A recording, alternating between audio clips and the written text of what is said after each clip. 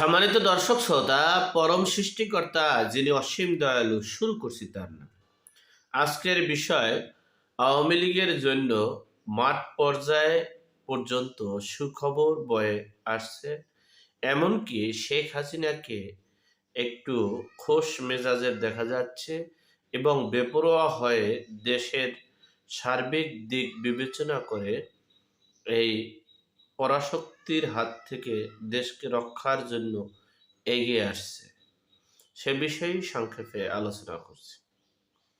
দেখেন, 5ই আগস্টের পর এই বিগত 6 মাস, অর্থাৎ 5ই ফেব্রুয়ারি পর্যন্ত আওয়ামী লীগ নীরবতা পালন করেছে এবং ধারাবাহিকতার মাধ্যমে একটু স্বস্তিতে রেখেছেন।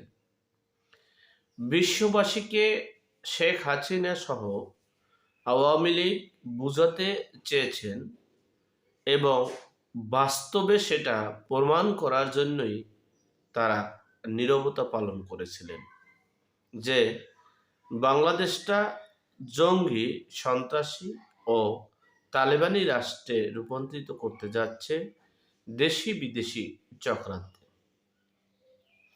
সেই বিষয়ে শেখ হাসিনা 100% সফল হয়েছেন।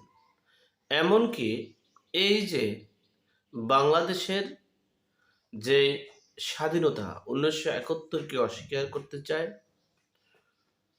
এই আপনারা দেখেছেন 6ই ফেব্রুয়ারি প্রকাশ্যে একজন পুলিশ কমিশনার তিনি বলেছেন, 5ই আগস্ট তোমরা দেশকে স্বাধীন করে দিয়েছ, আর সেই স্বাধীন দেশের পুলিশ কমিশনার আমি। এই পরাধীন দেশে, এই স্বাধীন দেশে যারা পরাশক্তি আছে, যারা তোমাদের বিরুদ্ধে ছিল, তাদেরকে এ দেশ থেকে তাড়াতে হবে, তাদেরকে উচিত শিক্ষা দিতে হবে, তাদেরকে জেলে কারাগারে রাখতে হবে।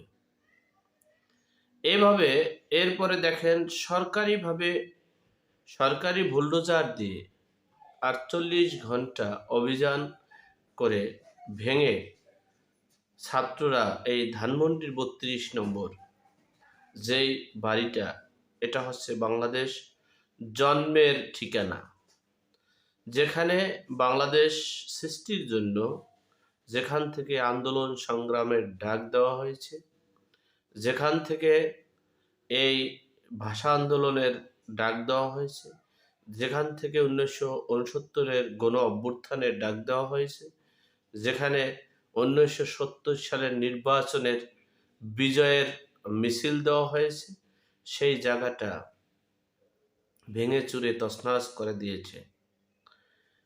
এমনকি বাংলাদেশের প্রায় 40টা জেলায় প্রবীণ নেতাদের বাড়িঘর এই বুলডোজার দিয়ে, সরকারি বুলডোজার দিয়ে ভেঙে চুরমার করে দিয়েছে। এতে যাদের বিবেক আছে, যারা শিক্ষিত সমাজ, যারা এ দেশের নাগরিক, যাদের জন্ম এ দেশে, যাদের নানার বাড়ি এদেশ, বাবার বাড়ি এদেশ, দাদার বাড়ি এদেশ, শ্বশুর বাড়ি এই দেশ, তাদের বিবেকে নাড়া দিয়েছে। তারা হয়তোবা এই গত 15 বছরের আগেও তারা অন্য রাজনৈতিক দল করেছে, কিন্তু এই ধানমন্ডির 32টা ভেঙে চুরমার করে দেওয়ার জন্য এবং 5ই আগস্ট নাকি স্বাধীন করেছে দেশটাকে, এই জন্য 1971কে অস্বীকার করার জন্য এই লোকগুলো সব আওয়ামী লীগের প্রতি স্যাটিসফাই হয়ে গেছে। আপনারা দেখেছেন এই সাংবাদিক এবং মিডিয়া ব্যক্তিত্ব মোফাজ্জল সাহেব, এই মোফাজ্জল ইসলাম কিন্তু আওয়ামী লীগের পরাশক্তি ছিলেন, আওয়ামী লীগের বিরোধী শক্তি ছিলেন এবং আওয়ামী লীগের বিপক্ষ শক্তি ছিলেন, কিন্তু তিনি নির্দ্বিধায় আওয়ামী লীগের পক্ষে আসছেন এবং আওয়ামী লীগের পক্ষেই কথা বলছেন। আপনারা দেখেছেন মাসুদ কামাল সাহেব সাংবাদিকতা করছেন, তিনি ন্যায় ও নীতির কথা বলছেন। এরকমের বাংলাদেশের এখন যে এই ডেভিল হান্ট নামে যে অত্যাচার নির্যাতন হচ্ছে আওয়ামী লীগের পরিবারে, আওয়ামী লীগদের আওয়ামী লীগের ট্যাগ দিয়ে যেসব অত্যাচার নির্যাতন করা হচ্ছে, এই ৩২ নম্বর ভাঙার পর, মাটির সাথে মিশে দেওয়ার পর বাংলাদেশে ভোটার সংখ্যা, জনসমর্থন সব দিক দিয়ে আওয়ামী লীগের বেড়েই চলেছে। এরপরে যখন এই তৌহিদি দলটা, যে যারাই এই হিংস্র দল হিসেবে এখন পরিচিত, তারা বলেছেন বঙ্গবন্ধুর মাজার সহ সব কিছু ভেঙে চুরমার করে টুঙ্গিপাড়া স্বাধীন করবে। এতে দেখা গেছে বিএনপির যারা নীতি নির্ধারণ এবং যারা জ্ঞানী এবং গুণী, যারা বিচক্ষণ, যারা দেশপ্রেমিক, তারা সকলে আওয়ামী লীগের পক্ষে চলে গেছে। এরপরে দেখা গেছে দেশি এবং বিদেশি সকল শক্তিগুলো আওয়ামী লীগের পক্ষে চলে আসছে। অপরদিকে শেখ হাসিনাও বার্তা পেয়েছেন যে বাংলাদেশের প্রায় 60% থেকে 70% জনগণ পরোক্ষভাবে আওয়ামী লীগের সমর্থনে চলে আসছে। অনেক জেলা থেকে প্রতিরোধ গড়ে তুলেছে, প্রতিটা অন্যায়ের বিরুদ্ধে প্রতিবাদ করতে শুরু করেছে। যাই হোক, 12 তারিখ এই নরেন্দ্র মোদী ডোনাল্ড ট্রাম্পের সাথে একটা বৈঠক করবেন। সে বৈঠকে একটা সিদ্ধান্ত করবেন কোথায় যাবে।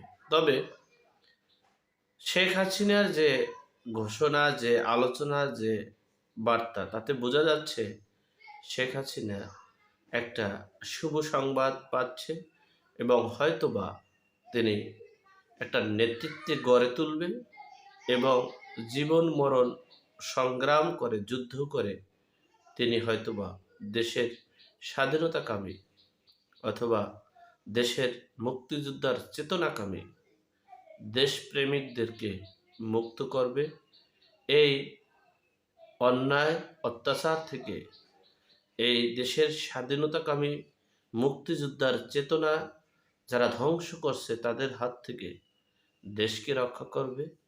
সেই রকমের আশা, সেই রকমের আকাঙ্ক্ষা শোনা যাচ্ছে। তবে আমি বলবো, আপনারা এই দেশের সাধারণ জনগণ, সহজ সরল, আপনারা এমন কিছু কাজ করবেন না যেখানে আপনারা হতভম্ব হবেন। একটা কথা মনে রাখবেন, 10 মিলে করি কাজ, হারিয়ে যেতে নাই লাজ।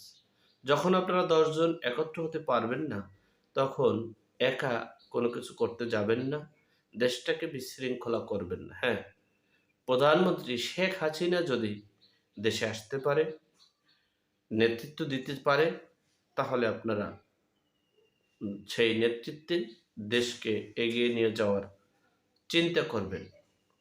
আর আমার সবচেয়ে বড় বিষয় হচ্ছে, আপনারা যে গ্রামে থাকেন, যে মহল্লায় থাকেন, যে সমাজে থাকেন, সকলে ঐক্যবদ্ধ হয়ে থাকবেন। যে দলই করেন না কেন, দল থাকবে, প্রতিযোগিতা থাকবে, কিন্তু কোনো সমাজে, কোনো গ্রামে, কোনো মহল্লায় যাতে দুষ্কৃতকারী, অপরাধী, দুর্বৃত্তায়ন থাকতে না পারে, সেই জন্য সকল ঐক্যবদ্ধ হয়ে তাদের বিরুদ্ধে রুখে দাঁড়াবেন।